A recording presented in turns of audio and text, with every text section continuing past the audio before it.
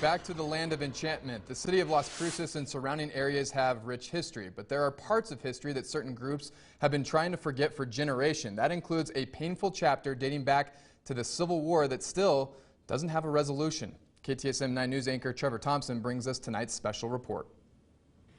Over the past few years, there has been a concerted effort to rename places that honored Confederate leaders. Here in the borderland, places and objects named for people such as General Robert E. Lee or even Confederate President Jefferson Davis have been renamed or removed entirely. But there's one Confederate leader whose name can still be found around Las Cruces.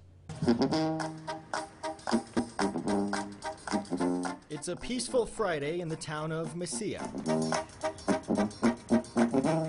But here, 161 years ago, violence ruled during the Civil War.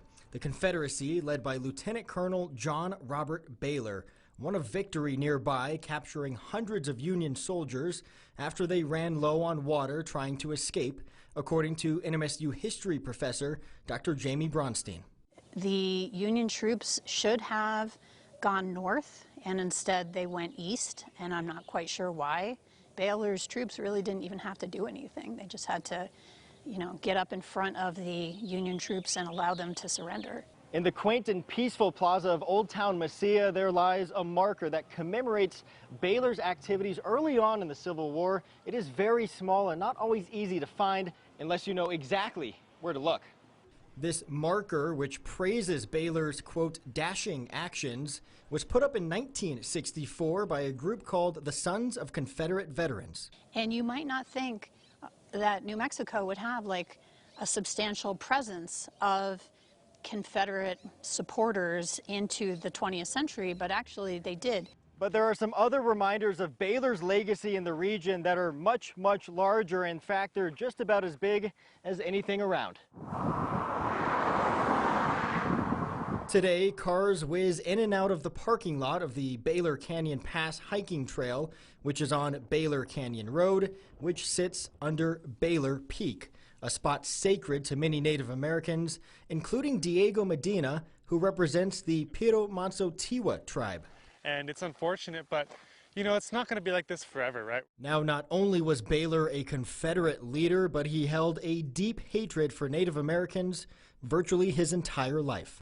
I don't think most people are familiar with Baylor and the worst parts of his career. He also served as an editor on a newspaper called The White Man, where he just basically reported about Indian attacks and had bad things to say about Native Americans. Baylor even wrote a letter to another commander urging him to create a fake peace gathering in the hopes of luring in Apaches to, quote, kill all of the grown Indians.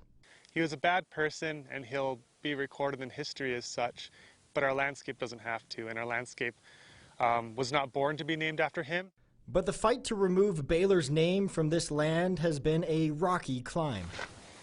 I think they're just, overall in Las Cruces, there's a real lack of historical awareness. But changing names is nothing new in the borderland, especially when it comes to Confederate leaders. The Southern Poverty Law Center tracks such places.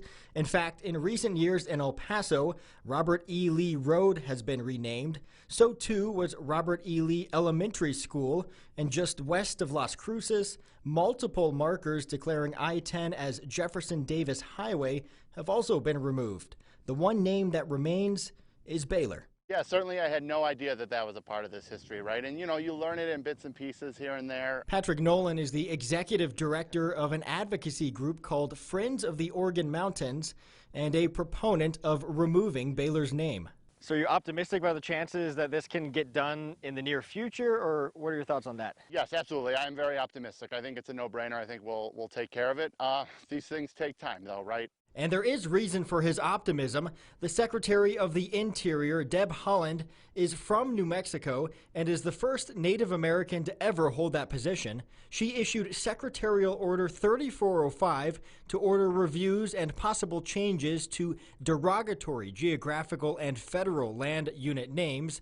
That's handled by something called the Board on Geographic Names, but there are hundreds of places across the nation to review, and so far Baylor's name remains as the process plays out. I would put that at 2 to 3 years, probably, right? It's got to go through the process, and that process takes long. But one day, Medina hopes this land and this peak will have a new name, something to honor the thousands of years of history that existed well before the American Civil War.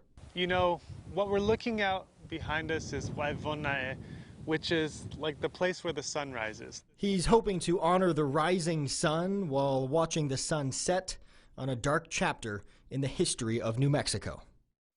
As I mentioned, according to the Southern Poverty Law Center, that marker in Old Town Mesilla was put up by a group called the Sons of Confederate Veterans. They do still exist today. Their website says the group neither embraces nor espouses acts or ideologies of racial and religious bigotry.